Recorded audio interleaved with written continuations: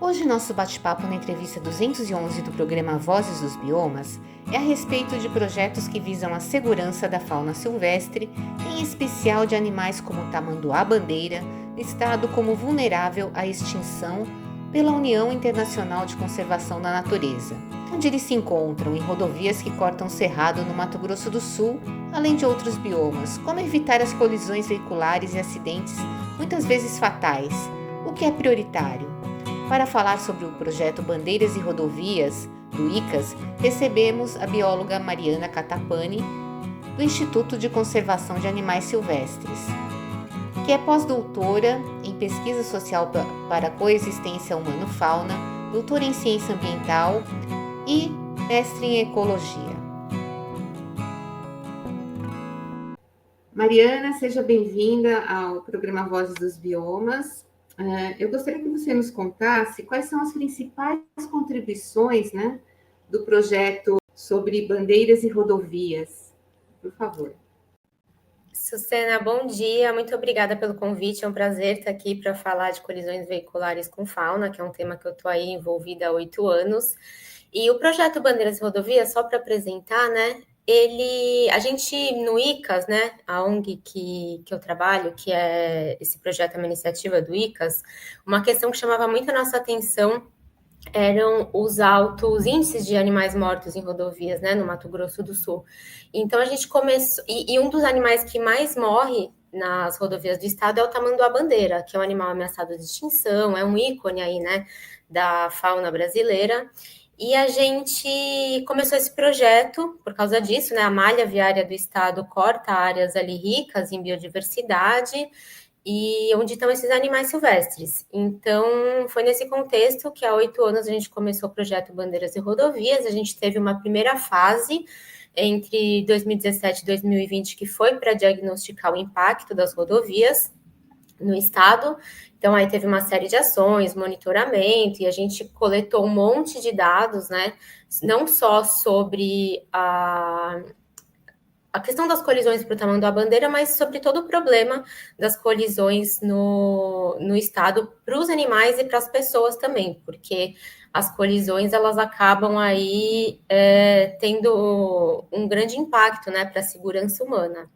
E aí, então, nessa primeira fase, foi mais uma fase de diagnóstico, onde a gente coletou muitos dados, e a segunda fase, já tendo uma compreensão de todo esse impacto social, de segurança econômica, a gente iniciou uma fase focada nas dimensões humanas, políticas e institucionais desse problema. E aí, nessa segunda fase, aí você fala das contribuições, a gente conseguiu coisas bem legais. A gente fez uma parceria com o Detran, do Mato Grosso do Sul, para inclusão de conteúdo sobre colisões veiculares com fauna no material dos cursos teóricos de habilitação, para a formação mesmo dos condutores, A gente tem participado de uma série de campanhas educativas, Semana Nacional do Trânsito, do Maio Amarelo. E aí, uma das maiores contribuições foi a gente trabalhou com as autoridades governamentais locais num manual com orientações para medidas de mitigação que precisam ser implementadas em rodovias estaduais do Mato Grosso do Sul. E aí, seja na duplicação, na pavimentação, no reparo. E esse manual é uma iniciativa pioneira do Brasil e ele foi instituído como política pública mesmo para o estado do Mato Grosso do Sul, em dezembro de 2021. Então, são contribuições aí bem bacanas mesmo, que influenciam na tomada de decisão mesmo para a conservação, Não ficam só no campo teórico. Eu gostaria que você falasse um pouquinho da espécie, o tamanduá-bandeira, a importância dessa espécie, para o bioma, e ao mesmo tempo quais outras espécies são afetadas pelos atropelamentos, nessa dimensão aí do espacial que vocês atuam. Sou suspeita para falar do tamanduá-bandeira, É um animal que eu venho trabalhando há muitos anos, desde a época da graduação. Ele é um animal que ocorre no neotrópico, toda a região neotropical, e ele tem aí uma função importantíssima para o ecossistema. Ele se alimenta de insetos, formigas, cupins. Ele acaba sendo importante para controle de pragas. ele tem, como todas as espécies, tem um papel ecológico muito importante, né? Ele serve de alimento aí também para predadores maiores, né? Para onça, por exemplo.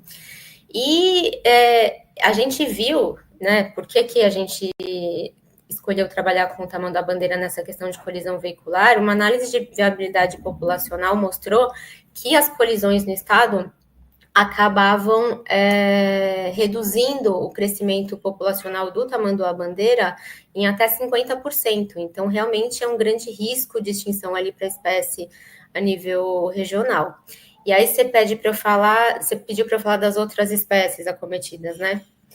Então, a gente fez diagnósticos durante 3 anos, né, percorrendo quinzenalmente cerca de 2.000 quilômetros das rodovias asfaltadas do estado. E essa coleta de dados mostrou para a gente que o animal mais atingido ali naquela região é uma região da BR-262, que entre Aquidauana, ali, Corumbá. O maior índice obtido de mortalidade foi o jacaré do Pantanal, acho que foram 870 carcaças. Mas esse animal aí acaba sendo atropelado em locais específicos, né, de forma sazonal. E além do jacaré do Pantanal, a gente teve o tatu-peba, 850 carcaças, tatu-galinha, cachorro do mato, capivara, tamanduá-mirim. O tamanduá-bandeira foram 761 carcaças que a gente encontrou. Então, imagina aquele bicho enorme, né, no meio da rodovia. E aí também tem animais, né? Anta, cervo do Pantanal, lobo-guará, onça-pintada, tatu-canastra, animais super ameaçados de extinção. Então, realmente, a questão das colisões veiculares, a gente usou o tamanduá-bandeira como a espécie bandeira para essa causa, mas ela acaba sendo uma ameaça para todos os animais, né? Porque essas vias cruzam ali áreas importantes de biodiversidade e essas rodovias acabam sendo construídas sem levar em conta medidas para evitar que esses animais acessem a pista. Então, é realmente uma questão muito séria no Brasil, em países da América Latina, no mundo todo, né, de forma geral. E quando a gente fala em vetores, quais são as principais causas, né, do comportamento, ou enfim, o que é que causa a maior número de atropelamentos? Olha, se a gente for falar em vetor, eu acho que a principal coisa que me vem à cabeça é que justamente isso que eu falei, que as rodovias são construídas sem levar em conta medidas que evitem que os animais acessem a pista, né? Então, acho que o vetor principal é esse. As administradoras das rodovias teriam que inicialmente fazer um plano de mitigação para a rodovia, quando vai construir, quando vai ampliar uma rodovia.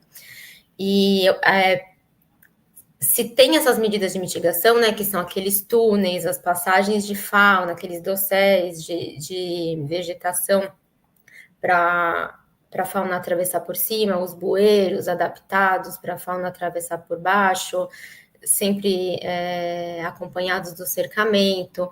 Tem as medidas também, placas, redutores de velocidades. Eu acho que o principal vetor do problema é essa coisa delas serem construídas sem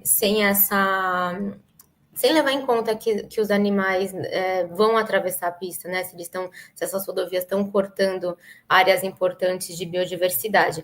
Aí você pode falar também de vetor do problema no sentido do motorista, né? E aí eu acho que é muito menos uma responsabilidade do motorista. Claro que a gente tem ações que pode tomar para evitar essas colisões, né? Então, tá sempre dirigindo com atenção, principalmente quando você está passando por áreas onde tem vegetação, áreas com fragmentos florestais, áreas úmidas, prestar atenção na sinalização, não jogar lixo na rodovia, né? Porque o lixo acaba atraindo animais. Até se você joga assim casca de banana, come uma maçã e joga pela janela, isso também acaba atraindo os animais para a via, né? Então tem uma coisa também que dá para evitar, pensando em evitar acidente, dirigir preferencialmente de dia, porque os animais estão mais ativos à noite, né? É a hora que eles cruzam mais. Então, tem dos vetores do problema, tem essa questão das medidas de mitigação que não são implementadas, e tem também algumas ações que os motoristas podem tomar para reduzir o risco, né, de estar envolvido numa colisão. E dessas medidas que você citou, né, de passagens, assim, já existem essas medidas na BR ou em outros exemplos que você possa citar? E como é que essas medidas estão sendo efetivas, né, para a solução do problema também? Então, tem várias medidas mitigadoras que existem, né? Tem um catálogo aí de mais de 40. Elas são divididas mais ou menos em duas categorias. São as medidas que visam influenciar o comportamento do animal. Então, cercamento, passagem inferior de fauna, viaduto, os túneis, e as medidas que visam influenciar o comportamento do motorista, que aí é redutor de velocidade, sinalização, refletor. E aí, assim, elas devem ser escolhidas, não tem uma medida 100% efetiva, e as medidas também não são efetivas para todos os grupos de animais, né? Então, sempre quando você pensa numa rodovia, você deve pensar na implementação de um conjunto de diferentes estruturas para beneficiar diferentes espécies. Na BR-262, que foi essa rodovia que a gente estudou, a gente fez, junto com uma empresa chamada Via Fauna, um plano de mitigação para essa rodovia. Então, quando a gente estuda, a gente faz um diagnóstico de quais são as espécies mais acometidas, onde elas são, quais são os hotspots, né, que a gente chama de colisão, quais são os locais mais críticos onde devem ser implementadas essas medidas na rodovia. A gente tem esse plano de mitigação e agora, na BR-262, vão começar a ser implementadas essas medidas. Então, a gente prevê, principalmente porque na 262, o principal problema, por exemplo, a prioridade ali, que a gente trabalhou junto com o governo do estado, é aumentar a segurança viária, né? E aí o grupo-alvo foi animais de médio a grande porte, que podem causar esses acidentes.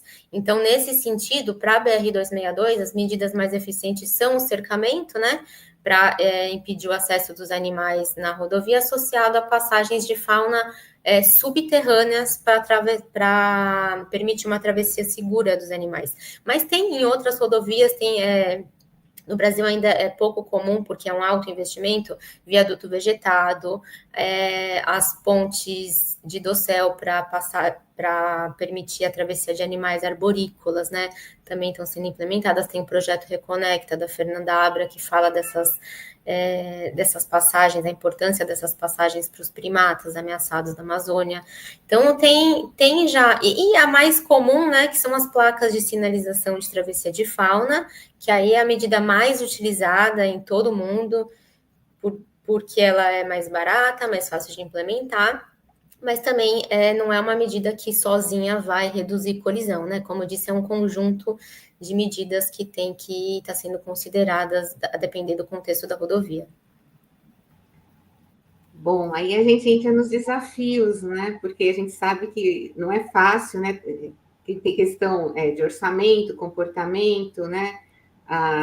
Você introduzir, né, numa biodiversidade que está sendo afetada, né? Porque eles não têm assim estradas, né? Mentalmente, os animais, para eles, é um corredor, né? A gente falaria até de corredores ecológicos, né? Gostaria até que você falasse a respeito. Então, que desafios, né? Dentro de tudo que você citou para a gente.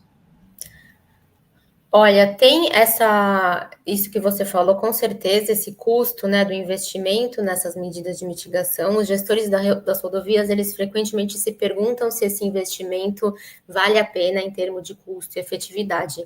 E com certeza vale a pena. A gente fez no Mato Grosso do Sul um estudo para verificar o investimento de implantar cercamento nos trechos críticos de colisões ali na BR-262, e a gente viu que o Estado compensaria aí entre 9 e acho que 15 anos esse investimento. Isso porque a gente só avaliou o custo associado à reparação veicular. Se a gente for incluir aí custo por dano à integridade física dos ocupantes do veículo numa colisão, valoração dos serviços ecossistêmicos dos animais que são afetados, né, por essas colisões, também reparo da via, né, porque essas colisões também acabam destruindo aí infraestrutura. Então, certamente o investimento com essas medidas acaba sendo pago mais rapidamente. Tem também de desafio que eu posso falar a lentidão, né, a morosidade aí dos processos. Então, tem toda uma burocracia para lançar um edital de contratação, contratar, desenvolver os projetos das estruturas, esse processo todo pode levar anos. E tem uma coisa que eu acho que é importante falar, que é assim, muitas vezes, porque falando em mitigação de colisão, tem muitas vezes um problema de diagnóstico, né? Porque tem levantamentos que não são feitos muito de forma metodologicamente muito aceita, né? Tem muita inconsistência, mas mesmo quando tem estudos bons de diagnóstico que você sabe onde é o problema, tem uma lacuna aí do conhecimento entre quem produziu o conhecimento e a aplicação desse conhecimento pelos gestores. Essa é uma barreira bastante comum, porque a gente ainda em ecologia, conservação, existe uma predominância, a gente chama de fluxo unidirecional, onde o pesquisador gera o conhecimento e aí joga para o tomador de decisão para ele aplicar o conhecimento produzido. E isso é problemático porque a gente acaba negligenciando outros tipos de conhecimento, que é o conhecimento dos gestores sobre aquele processo de implementação.